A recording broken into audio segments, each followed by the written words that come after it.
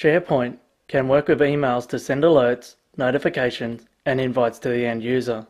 SharePoint can also be configured to receive emails from the end user. Once the email is received, it can be added to a library or a list in SharePoint. Before you can do this, SMTP must be configured inside SharePoint. Let's have a look how to configure SMTP server settings inside SharePoint. To configure email in SharePoint, first run the SharePoint admin tool from Administrative Tools under the Start menu. From here, you want to log in and then select the Operations tab from the top right. First of all, I will set outgoing email settings by selecting the outgoing email options under Topology and Services. Outgoing settings are easy to set up. Enter your SMTP server, the email address you want to appear to your client when they receive emails from SharePoint, and a reply email address. You can also set the character set that you want to use for the emails. Once finished, press OK. Next, I'm going to set up incoming email by selecting the option Incoming Email Settings. You will notice that when I select this message, I will get a message saying that the SMTP server is not installed on this server. To install the SMTP server, open Server Manager, select Features, and then select the option Add Features. Scroll down to SMTP Server and select it. Press OK for any other prerequisites Server Manager may ask for. Once SMTP Server is set up, run the SharePoint admin tool again and log back in. Now I can select the Operations tab and select Incoming Email Settings. Before SharePoint will receive any emails, you must enable it by selecting Yes for Enable sites on this server to receive emails. The setting mode should be left on Automatic, as this will configure the settings for you. If you need to configure a drop folder, select Advanced.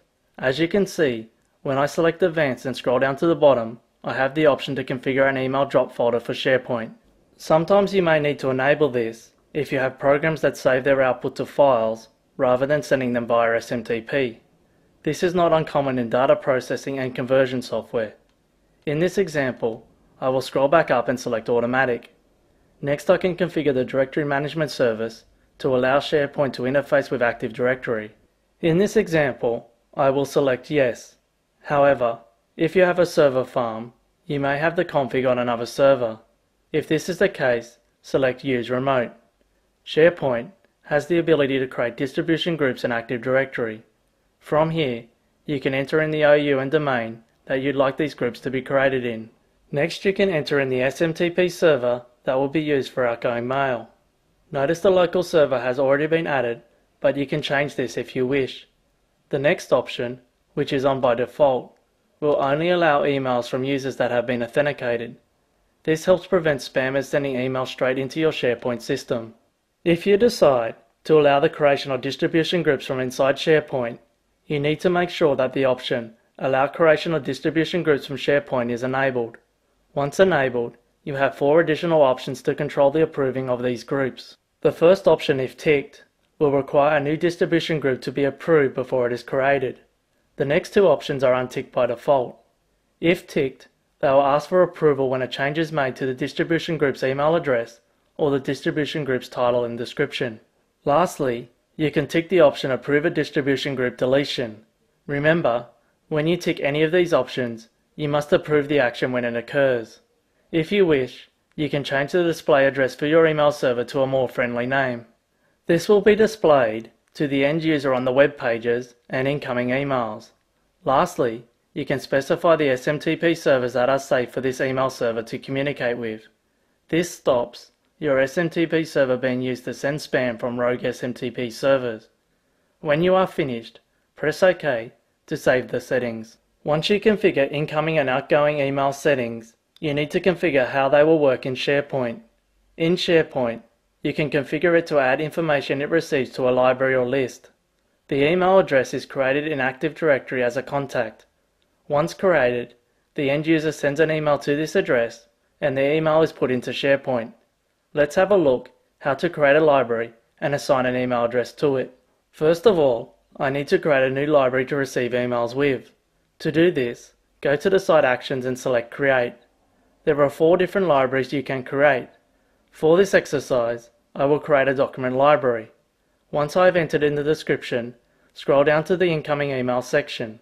From here, select the option Allow this document library to receive email and then enter an email address. SharePoint will create this email address in Active Directory as a new contact. Once I press Create, the library will be created and ready to receive new documents via email. All the end user needs to do is send an email to this address. The outgoing mail in SharePoint allows you to receive alerts when changes occur and send out invitations to your users. SharePoint supports SMTP server over port 25. Once configured, the end user can quickly receive emails alerting them to changes in a number of different formats. Let's have a look how to configure alerts in SharePoint. If I select the test library I created earlier from the left-hand pane, I will be taken into the library. From here, I can select Actions and then select the option Alert Me from the list. In the Alert section, you may want to change the title. This will appear as the subject in the alert email. Next, you can set who the alert emails will be sent to. The Change Types section defines what kind of changes you want to be alerted on. You can select all changes or a variety of different options including updating and deleting. The next section deals with who changed the document and who owns the changed document. For example, if you own the document, you probably don't want to get an alert when you change it, but you may want to know if someone else changes it. The last section deals with when alerts are sent. If your library has a few changes, you may want to leave it on Send Email immediately. If the library experiences a lot of changes, you may want to select the option Daily Summary or Weekly Summary depending on your needs. Once you have finished, press OK and the alert will be created. That's it for SharePoint. SharePoint is a very large and complex piece of software. You don't need to be an expert on it for this exam, but I would recommend that if you are planning on deploying it in your company, you do a lot of testing before you deploy it.